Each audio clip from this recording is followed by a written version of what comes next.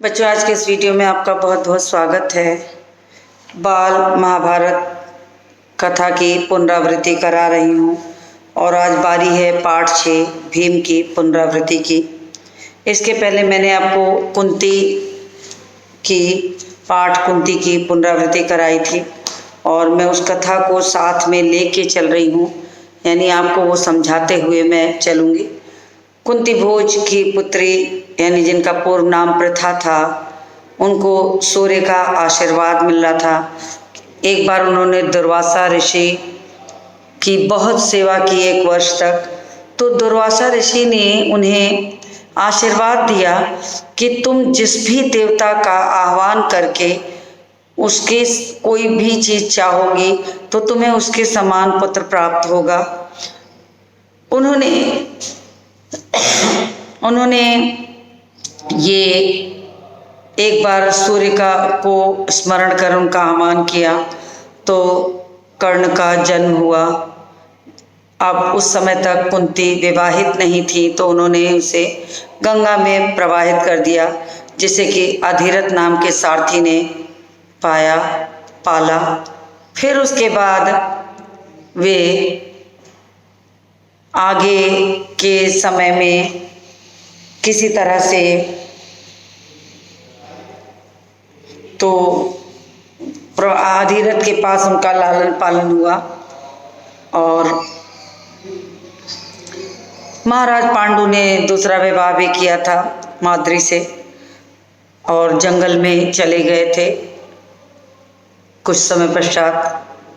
और वहाँ रह करके उन्होंने एक बार, मैं बीच बीच की थोड़ी सी कथा को ले रही हूँ क्योंकि ये मैं कल के वीडियो में करा चुकी हूँ, तो मैं पूरा विस्तार से नहीं जोड़ रही हूँ। तो महाराज पांडु ने एक ऋषि दंपत्ति को हिरण समझकर बाण से मारा था, जिसके कारण उन्हें श्राप मिला था और उन्हें पुत्र, जब कुंती और माद्री 2 स्त्रियों के साथ वो वन में थे, तो उनके मन में संतान की इच्छा जागी और संतान की इच्छा जागने पर उन्होंने ये अपनी बात कुंती से कही। तो कुंती को दुर्वासा ऋषि का वो जो आशीर्वाद था याद आया और उसी से उन्हें 3 पुत्र और माद्री को 2 पुत्र की प्राप्ति हुई। उसके बाद राजा पांडु और माद्री की मृत्यु हो जाती है। 15-16 वर्ष तक वो वन में ही रह जाती हैं ऋषियों के पास, और ऋषियों के पास रहकर उन्होंने पुत्रों का लालन पालन किया। फिर ऋषियों ने हस्तिनापुर आकर भीष्म को ये खबर दी और भीष्म को खबर देने के साथ फिर वे लेकर के सभी पुत्रों को लेकर के आ जाती हैं हस्तिनापुर। अब कौरव और पांडव यानी धृतराष्ट्र के पुत्रों को कौरव कहा जाता था और पांडु के पुत्रों को पांडव कहा जाता था।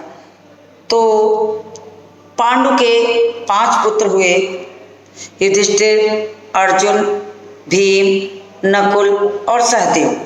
तो आज ये पाठ जो है भीम की कहानी पर आधारित है, तो मैं इसको आपको पढ़ाने चल रही हूँ। आप ध्यान से देखिएगा। अब मैं शुरू करती हूँ। मैं थोड़ा सा कैमरे को एडजस्ट कर दूँ कि आपको समझ में आए, तो चलती हूँ। अब प्रारंभ करती हूँ। 5 पांडव तथा धृतराष्ट्र के 100 पुत्र जो कौरव कहलाते थे, हस्तिनापुर में साथ साथ रहने लगे। खेल कूद, हंसी मजाक सब में वे साथ रहते थे। शरीर बल में पांडु का पुत्र भीम सबसे बढ़कर था। ये आप लोग जानते होंगे कि भीम बहुत बलशाली थे और बहुत भोजन भी करते थे, तो बहुत बलशाली थे। खेलों में वो दुर्योधन और उसके भाइयों को खूब तंग किया करते थे। यद्यपि भीम के मन में किसी से बैर नहीं था, वो बैर नहीं रखते थे, पर बचपन के जोश के कारण ही ऐसा करते थे कि कभी कभी कौरवों में से किसी के साथ छेड़छाड़, हंसी मजाक, खेल कूद करते थे। दुर्योधन तथा उसके भाइयों के मन में भीम के प्रति द्वेष भाव बढ़ने लगा। अब दुर्योधन और उनके भाइयों को ये लगने लगा कि भीम तो बहुत बलशाली है और आए दिन पांडवों को हर तरह से परेशान करता है, इधर सभी बालक उचित समय आने पर कृपाचार्य से अस्त्र शस्त्र के साथ साथ अन्य विद्याएं भी सीखने लगे। यानी कौरव और पांडवों दोनों की शिक्षा दीक्षा की जिम्मेदारी कृपाचार्य को दी गई, कृपाचार्य को दी गई। विद्या सीखने में भी पांडव कौरवों से आगे थे। यानी कृपाचार्य और द्रोणाचार्य दोनों लोगों को ये लगता था कि अस्त्र शस्त्र की विद्या में भी कौरव से पांडव आगे हैं। इसमें कौरव और खींचने लगे। जब कृपाचार्य और द्रोणाचार्य कभी पांडवों की तारीफ करते, प्रशंसा करते, तो उन्हें कौरवों को और चिढ़ होती थी कि उन्हें ज़्यादा प्रशंसा मिल रही है। दुर्योधन पांडवों को हर प्रकार से नीचा दिखाने के प्रयत्न में रहता था। अब दुर्योधन बचपन से ही पांडवों का विरोधी था। बाल्यकाल से ही ये देखा गया कि पढ़ने के समय, मल्ल युद्ध के समय, शिक्षा परीक्षा सभी दौर में अगर दुर्योधन पिछड़ जाता था तो वो उसका बदला पांडवों से लेता था। और आए दिन ऐसा होता था कि वो बल में, शिक्षा में, अस्त्र शस्त्र में सभी में कमजोर पड़ता था। एक बार सब कौरवों ने आपस में सलाह करके यह निश्चय किया कि भीम को गंगा में डुबोकर मार डाला जाए। ये कथा बहुत प्रसिद्ध है। दुर्योधन ने जब देखा कि भीम तो बहुत बलशाली है और आए दिन इस तरह की बात करता है कि वो लोगों को मारने की, उसकी हिम्मत के आगे पांडव दुर्योधन सब परास्त रहते थे, तो उन्होंने एक दिन योजना बनाई कि क्यों ना भीम को मारने की योजना की जाए। न भीम रहेगा तो न इतना बलशाली कोई दूसरा होगा। तो उन्होंने एक दिन निश्चय किया कि भीम को चलते हैं गंगा में डुबोकर मार देते हैं। युधिष्ठिर, अर्जुन जो होंगे उनको कैद करके बंदी बना लेंगे। तो उन्होंने क्या किया कि हर तरह से, और राज्य भी रख लेंगे। तो दुर्योधन ने सोचा ऐसा करने से सारे राज्य पर उनका अधिकार हो जाएगा। उन्हें लगा कि जो हमारे ये पांडुपुत्र हैं, पांचों भाई, इनसे जो बैर है वो कम हो जाएगा, बैर आसानी से राज्य मिल जाएगा, ये किसी योग्य नहीं होंगे। तो उन्होंने एक योजना बनाई दुर्योधन ने और कौरवों ने कि किसी तरह से पहले भीम को मारते हैं, फिर भाई जो रहेंगे उनको बंदी बना लिया जाएगा, सारा राज्य हड़प कर लेंगे और फिर उसके बाद ये इनका कोई भी वश नहीं चलेगा राज्य का कार्यभार देखने के लिए। ऐसा सोचकर उन्होंने एक दिन दुर्योधन ने धूमधाम से जल क्रीड़ा का प्रबंध किया। जल क्रीड़ा कहते हैं पानी के अंदर के खेल को। जल क्रीड़ा शब्द आया है जल क्रीड़ा। क्रीड़ा का मतलब होता है खेलना। तो पानी के अंदर कंदो, गेंद लेकर ये खेलते थे, पानी में खेलना। तो पानी में खेलने को जल क्रीड़ा कहते हैं। और पानी में खेलने के लिए ये आधे आधे कमर तक पानी में हो जाते हैं और कंदों यानी गेंद वगैरह से ये खेलते हैं। तो जल क्रीड़ा की तरह एक खेल होता था इनका। तो उन्होंने एक आयोजन किया, जल क्रीड़ा का प्रबंध किया। पांचों पांडवों को उसके लिए न्योता भेजा, न्योता मतलब निमंत्रण भेजा। बड़ी देर तक खेलने और तैरने के बाद सबने भोजन किया और बहुत देर तक जल क्रीड़ा खेलने के बाद जब बहुत थकान हो गई तो उन्होंने भोजन किया। अब कौरवों की चाल और दुर्योधन की योजना के चलते उन्होंने भीम के भोजन में विष मिला दिया। ये इनकी योजना थी कि जैसे ही भीम अचेत हो जाएंगे वे उसे गंगा में बांध कर फेंक देंगे। तो यही सोच करके उन्होंने भोजन के लिए तैयार हुए। सबने भोजन किया और अपने अपने डेरों में जाकर सो गए। दुर्योधन ने छल किया, धोखा दिया और भीम के भोजन में विष मिला दिया था।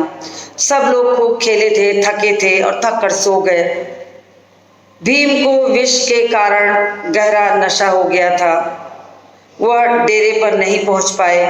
और नशे में चूर होकर वो गंगा के किनारे ही गिर जाते हैं। उनकी ये हालत जब दुर्योधन देखता है तो उसकी योजना सफल हो जाती है। उसने आसानी से उन्हें क्या किया, उनके हाथ पैरों को लताओं से, रस्सी, लताओं की जो जड़ें होती हैं उनकी रस्सियों से उसे उनके हाथ पैर को बांध दिया कि अगर पानी में जाने से भीम किसी कारण से होश में आ जाएं और हाथ पैर बंधा रहेगा तो वो कुछ नहीं कर पाएंगे और डूबकर खत्म हो जाएंगे। तो दुर्योधन ने ये कार्य किया, बांधकर उन्हें गंगा में बहा दिया, हाथ पैर को बांधा, लताओं से जकड़ा और भीम के शरीर को गंगा के धारा में बहा दिया। अब बहता बहता शरीर उनका जो था दूर निकल गया। अब जब भीम को गंगा की धारा के ठंडे जल में फेंका गया तो पानी के प्रभाव से धीरे धीरे उनके विष का जो असर था वो कम होने लगा। इधर दुर्योधन मन ही मन यह सोचकर खुश हो रहा था कि भीम का तो काम तमाम हो गया। अब काम तमाम होना एक मुहावरा है, काम तमाम होना पूरी तरह खत्म होना। तो उन्हें लगा कि भीम का तो काम तमाम हो गया, वो सुरक्षित हो गए। अब जब युधिष्ठिर आदि जागे तो भीम को नहीं पाए। दुर्योधन ने तो सोचा कि उन्होंने तो गंगा में भीम को बहा दिया, अब कोई कुछ उनका बिगाड़ नहीं सकता, लोग उन्हें ढूंढेंगे, नहीं पाएंगे तो निराश हो जाएंगे। हाथ पैर लताओं से बंधा है तो वो चला भी नहीं सकते और निकल भी नहीं सकते। तो ये सब सोच करके उन्होंने योजना अपनी सफल की। और जब कुछ देर के बाद पांडव जागते हैं, थकान कम होती है, जागते हैं, तो उन्होंने क्या देखा कि भीम वहाँ नहीं है। अब भीम वहाँ नहीं है तो सारे चारों भाइयों ने मिलकर उन्हें खोजना शुरू कर दिया कि चलना चाहिए भीम को खोजने। और चारों ओर अगल बगल नदी के तट किनारे सब छान डाले, कहीं भीम नहीं, भीम का कहीं कोई पता नहीं था। अंततः वो निराश हो जाते हैं और दुखी हृदय से वे अपने महल में लौट आए। इतने में ही क्या देखते हैं, लौट आए, माता कुंती परेशान हो जाती हैं और कुंती परेशान होकर के बहुत दुखी हो जाती हैं। पांडव और कुंती दोनों सब दुखी रहते हैं। और जब पानी में दुर्योधन ने भीम को फेंक दिया तो पानी के प्रभाव से उनके विष का प्रभाव जो था वो घटने लगा। विष का प्रभाव ऐसा घटने लगा कि उन्हें लगा कि बहुत आसानी से वो होश में आ जाते हैं और अपने आप को बंधा पाते हैं किसी तरह से। तो उन्होंने छुड़ाने की कोशिश की। अब देख, जब वो लोग निराश होकर चारों भाई खोजते हुए वापस महल में आ जाते हैं और कुंती को बताते हैं कि भीम का कुछ अता पता नहीं है, बहुत दुखी होते हैं।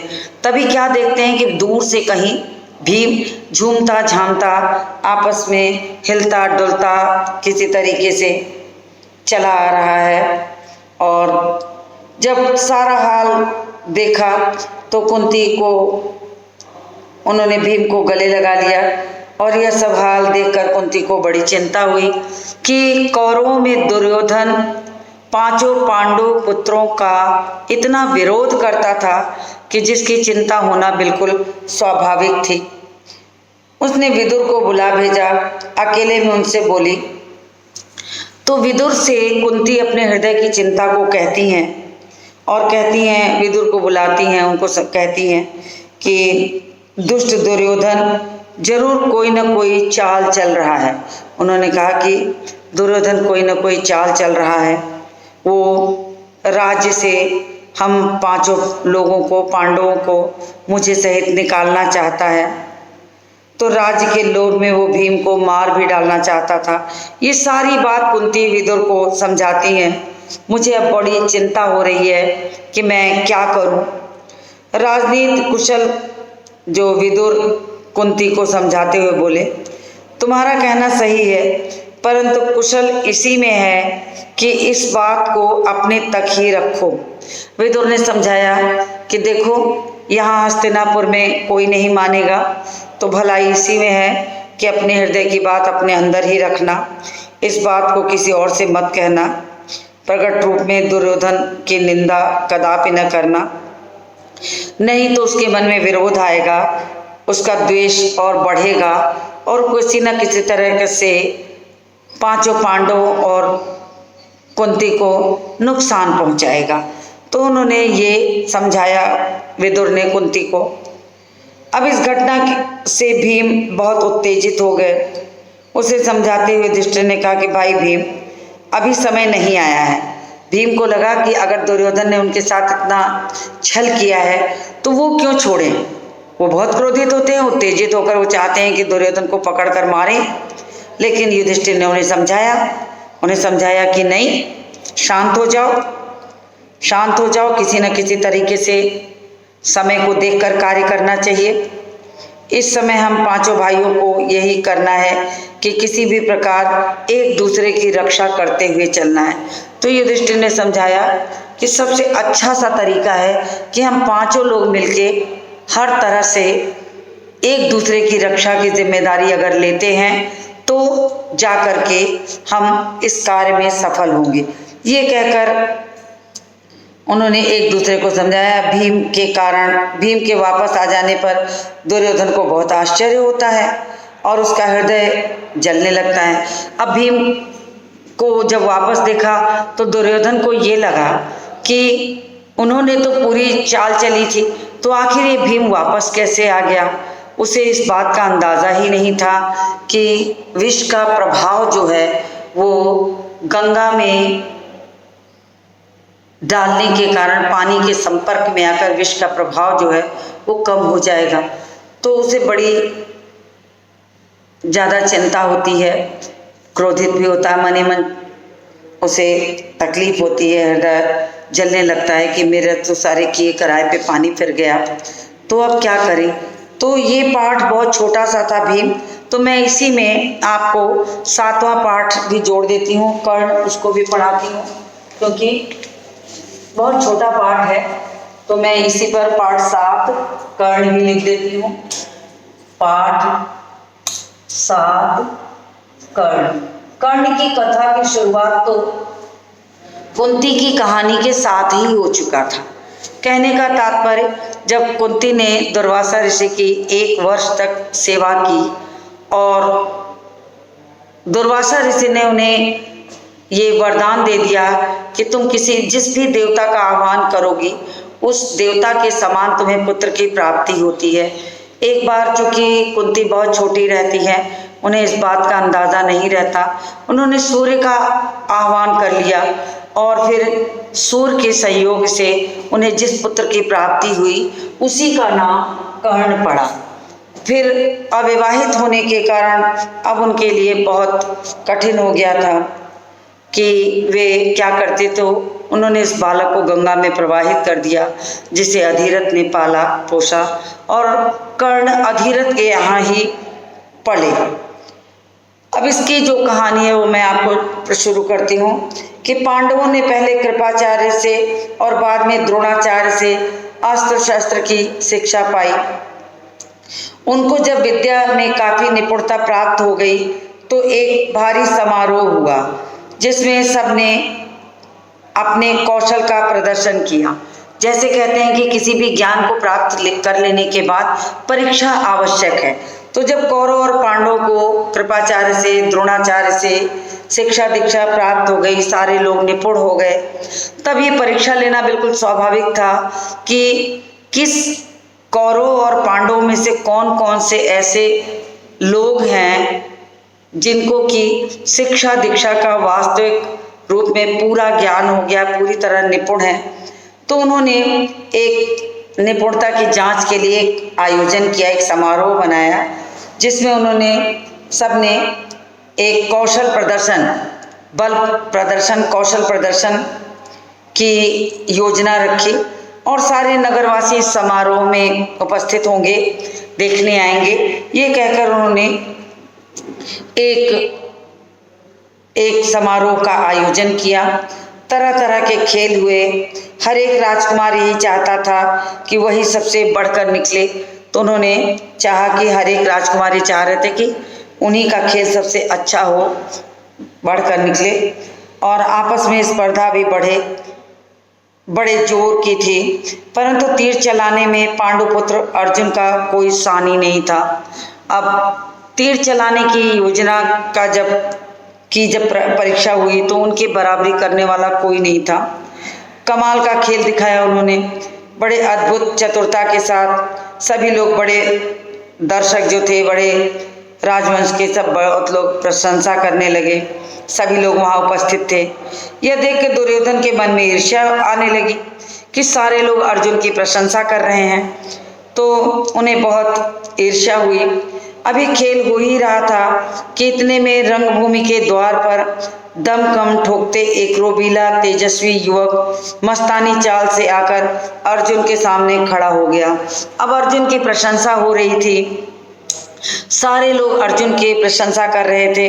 तभी उसी नगरवासियों के बीच से एक व्यक्ति निकला और वो अपने दमखम यानी अपने बल को दिखाते हुए, ठोकते हुए कि अगर वास्तव में तुम वीर हो तो मेरे साथ आकर के युद्ध करो। तो ये कहकर वो बढ़ता है। तेजस्वी युवक मस्तानी चाल से आता है, अर्जुन के सामने खड़ा हो गया। वह युवक कोई और नहीं था, अधिरथ द्वारा पोषित कुंती पुत्र कर्ण ही था। मतलब कुंती पुत्र कर्ण जो था वो अधिरथ द्वारा पोषित था। अधिरथ को ही वो गंगा में मिला था, तो अधिरथ ने उसे पाल रखा था। तो पोषित कुंती पुत्र कर्ण था, लेकिन उसके कुंती पुत्र होने की बात, ये बात तो किसी को नहीं पता थी, क्योंकि गंगा में कुंती ने तो पुत्र जन्म के बाद ही उसने एक टोकरी में करके गंगा में प्रवाहित कर दिया था। तो ये बात किसी को पता नहीं थी कि ये कुंती पुत्र कर्ण है। रंगभूमि में आते ही अर्जुन को ललकारा, अर्जुन जो भी करतब तुमने यहाँ दिखाए हैं उससे बढ़कर कौशल मैं तुम्हें दिखा सकता हूँ। क्या तुम मेरे साथ प्रदर्शन में बराबरी का हिस्सा लेने के लिए तैयार हो? तो कर्ण ने ललकारा अर्जुन को कि तुम मेरे साथ युद्ध करो, मेरे साथ आओ, मेरे साथ युद्ध करो और देखो कि तुम्हारे और मेरे में कौन बलशाली है। तो उन्होंने ललकारा। इस चुनौती को सुनकर दर्शक मंडली में बड़ी खलबली मच गई। अब दर्शक मंडली में लोग ये जानने लगे कि जिस अर्जुन से कोई भी युद्ध करने को, कोई भी अपने कौशल प्रदर्शन के लिए तैयार नहीं हो रहा था, अचानक इस सभा में से, नगरवासियों में से ऐसा कौन सा व्यक्ति है जो आकर अर्जुन का सामना करने को तैयार है। तो खलबली मचना बिल्कुल स्वाभाविक था। अब वहां पर लोग, ईर्ष्या की आग में जलने वाला दुर्योधन वहीं बैठा था। जब उसने ये बात सुनी कि अर्जुन को चुनौती देने वाला कोई आ गया है तो बड़ा प्रसन्न होता है। उसने तपाक से कर्ण का स्वागत किया। उसे तो ऐसे ही मौके की तलाश थी। जैसे ही कर्ण ने इस बात को कहा कि तुम बहुत बड़े योद्धा हो, तो आओ मेरे साथ युद्ध करो, मेरे साथ बल प्रदर्शन करो, मुझे अपने कौशल को भी दिखाने का मौका दो, मैं तुम्हारे साथ अपने कौशल को दिखाने को तैयार हूं। तो उन्होंने, दुर्योधन बड़ा प्रसन्न होता है और आगे बढ़ता है, उसका स्वागत करता है, गले से लगा लेता है। कहो कर्ण, कैसे आए? और उसने कर्ण को संबोधन किया कि बताओ कैसे आए, तुम्हारा आना क्या, कैसे हुआ, तुम्हारे लिए क्या कर सकते हैं। स्वागत करते हुए उन्होंने कहा कि बताओ तुम्हारे लिए मैं क्या कर सकता हूँ। कर्ण बोला, राजन, मैं अर्जुन से द्वंद्व युद्ध और आपसे मित्रता करना चाहता हूँ। यहाँ ऐसे दिखाया गया है, लेकिन महाभारत में थोड़ी सी जो कहानी है इससे हट के दी गई है। मतलब वही है, लेकिन थोड़ा सा परिवर्तन किया गया है, क्योंकि ये वहाँ ये दिखाया गया कि युद्ध तो और प्रदर्शन तो राजघरानों में होता है और उनके बारे में कोई कुछ नहीं जानता। तो आखिर ये बराबरी में होने वाले प्रदर्शन में वो कर्ण को कैसे भाग लेने दे सकते हैं। तो ये है, लेकिन जो आपके में है मैं उसी को आपको बता रही हूँ। तो कर्ण ने जब, दुर्योधन ने जब कर्ण का स्वागत किया तो कर्ण ने अपने मन की इच्छा प्रकट कर दी कि मैं भी अर्जुन से द्वंद्व युद्ध करना चाहता हूँ, आपसे मित्रता करना चाहता हूँ। कर्ण की चुनौती सुनकर अर्जुन बड़ा तैश में आ गया कि उन्हें चुनौती देने वाला कौन आ गया। वो बड़े आश्चर्य में पड़ते हैं। बोले, कर्ण, सभा में जो बिना बुलाए आते हैं और जो बिना किसी के पूछे बोलने लगते हैं वे निंदा के योग्य होते हैं। उन्होंने राजनीति बताई और कहा कि बिना बुलाए किसी जगह पर जाना उचित नहीं है और किसी भी स्थान पर बिना आज्ञा प्रवेश लेना भी अनुचित है। अगर तुम ऐसा कर रहे हो तो तुम निंदा के पात्र होगे। ये कहकर अर्जुन ने उन्हें समझाने की कोशिश की। यह सुनकर कर्ण ने कहा, अर्जुन, यह उत्सव केवल तुम्हारे लिए ही नहीं बनाया गया, सभी प्रजाजन इसमें भाग लेने का अधिकार रखते हैं। तब कर्ण ने अर्जुन की बात को समझाते हुए कहा कि सिर्फ जिसमें पूरे नगरवासी आए हैं वो सिर्फ यहाँ दर्शक बनकर नहीं बैठे हैं। अगर उनमें से कोई इस योग्य है कि जो तुम्हारी बराबरी कर सके तो उसे तुम्हारा सामना करने का अधिकार है। ये कहकर कर्ण ने अपनी बात रखी, क्योंकि उसे दुर्योधन का बल मिल गया था। तो अपने कर्ण ने अपनी बात रखी। सभी प्रजाजन इसमें भाग लेने का अधिकार रखते हैं। व्यर्थ डींगे मारने का क्या फायदा, व्यर्थ डींगे मारने से क्या फायदा, चलो तीरों से बात कर ले। तो उन्होंने, कर्ण ने अर्जुन को ललकार दिया। एक तरीके से कहना चाहिए कि डींगे मत हाको, बहुत बड़े योद्धा हो तो सामना करो, मेरे पास भी बल है, मैं तो बिना बुलाए ही आया हूँ, लेकिन मैं इतनी क्षमता रखता हूँ कि मैं तुम्हारा सामना कर सकूँ। तो उन्होंने ये कहा और कहने के बाद आगे जब कर्ण ने अर्जुन की ये चुनौती सुनी और वहाँ कर्ण ने जोर जोर से अर्जुन को ललकारा तो दर्शकों ने तालियां बजानी शुरू कर दी। अब दर्शकों को लगा कि अर्जुन का सामना करने के लिए कोई तो आया। दर्शक ताली बजाने लगे। अब उनके भी दो दल तैयार हो गए, दर्शकों में भी दो दल तैयार हो गए। एक दल अर्जुन को बढ़ावा देने लगा तो दूसरा कर्ण को, जो था वो दूसरा कर्ण को समझाने लगा, कर्ण को बढ़ावा देने लगा। तो सारे लोग कर्ण को और अर्जुन को बढ़ावा दे दे करके वहाँ शोर मचाने लगे। अब इस प्रकार वहाँ इकट्ठी स्त्रियों के भी दो दल बन गए। अब वहाँ बैठे जो स्त्रियां थी वो भी आधे कर्ण की तरफ से आधे अर्जुन की तरफ से शोर मचाने लगी। उन्हें लगा कि ये आयोजन भी आगे बढ़ना चाहिए। अब ये सब देख करके वहीं बैठी थी कुंती भी बैठी थी। वो कर्ण को पहचान जाती हैं। कर्ण को देखते ही वो पहचान गई। अब भय के मारे और लज्जा के मारे वे मूर्छित हो जाती हैं। उनकी जब ये हालत विदुर देखते हैं तो दासियों को बुलाकर उनकी सेवा कराई, दिखाया और पानी छींटा मारा, हवा दी और बुलाने के लिए, चेतना वापस लाने के लिए बहुत सारे प्रयास किए गए। इसी बीच कृपाचार्य ने उठकर कर्ण से कहा, अज्ञात वीर, कृपाचार्य गुरु थे, उन्होंने जब कर्ण को इस तरह से अर्जुन को ललकारते देखा तो वे कर्ण के पास पहुंच जाते हैं और कर्ण को समझाते हुए कहते हैं कि अज्ञात वीर, राजा पांडु का पुत्र और कुरुवंश का वीर अर्जुन तुम्हारे साथ द्वंद्व युद्ध करने के लिए तैयार है। उन्होंने कहा कि मेरा शिष्य अर्जुन तुम्हारे साथ युद्ध करने के लिए तैयार है, किंतु तुम पहले अपना परिचय दे दो। ये प्रश्न कृपाचार्य ने कर्ण के सामने रखा कि तुम अपना परिचय दे दो, मेरा ये शिष्य तुम्हारे साथ युद्ध करने को तैयार है। तुम कौन हो और किसके पुत्र हो, किस राजकुल से तुम विभूषित करते हो, यानी किस राजवंश से तुम जुड़े हो। द्वंद्व युद्ध तो हमेशा बराबर वालों में होता है। तो कुल का परिचय पाए और राजकुमार कभी द्वंद्व युद्ध के लिए तैयार नहीं होते। उन्होंने कहा कि ये द्वंद्व युद्ध तो सिर्फ लोगों समान वालों में होता है, राजघरानों में होता है। तुम अपने कुल का परिचय दे दो तो अर्जुन तुम्हारे साथ युद्ध करने को तैयार है। कर्ण को इस तरह देखकर दुर्योधन उठ खड़ा हुआ और बोला, अगर बराबरी की बात है तो मैं आज ही कर्ण को अंग देश का राजा बनाता हूँ।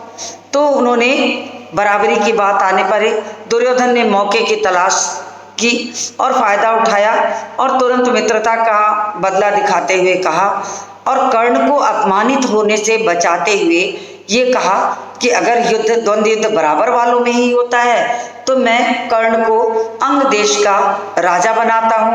अब तो ये बराबरी का युद्ध हो गया और ये अंग देश का राजा होकर मेरा मित्र बनकर ये मेरी तरफ से अर्जुन से द्वंद्व युद्ध करेगा। और उसने तत्काल ही कर्ण का राज्याभिषेक करके अंग देश का राजा घोषित कर दिया।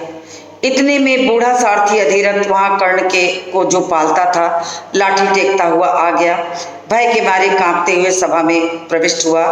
कर्ण को जो अभी अभी अंग देश का नरेश बना था देखा। उसको देखते ही धनुष नीचे रखकर उठ खड़ा हुआ और पिता मानकर बड़े आदर के साथ उसने उनके आगे सिर नवाया, सिर झुका दिया और सिर झुका करके बूढ़े ने भी बेटा कहकर उसे गले से लगा लिया। यानी यहाँ आकर उसने गले से लगाया तो लोगों को ये परिचय हो गया कि कर्ण वास्तव में कौन है, यानी कर्ण वास्तव में अधिरथ पुत्र है। ये लोगों तक बात पहुंच गई और ये देख करके सब लोग वहां खूब ठहाका मारकर हंस पड़े और कहा, सारथी के बेटे धनुष बाण छोड़कर हाथ में चाबुक ले लो, चाबुक लो, तुम्हें वही शोभा देता है। तुम भला कब से अर्जुन के साथ द्वंद्व युद्ध करने योग्य हो गए। ये कहकर उन्होंने हर तरह से समझाने की कोशिश की। ये कथा भी थोड़ी सी छूटी हुई है जिसको कि मैं अगले में पूरा करूंगी, तो आप यहाँ तक की कथा को दोहराइए। फिर आज के इस वीडियो को यहीं समाप्त करती हूँ और मिलती हूँ आपसे अगले वीडियो में।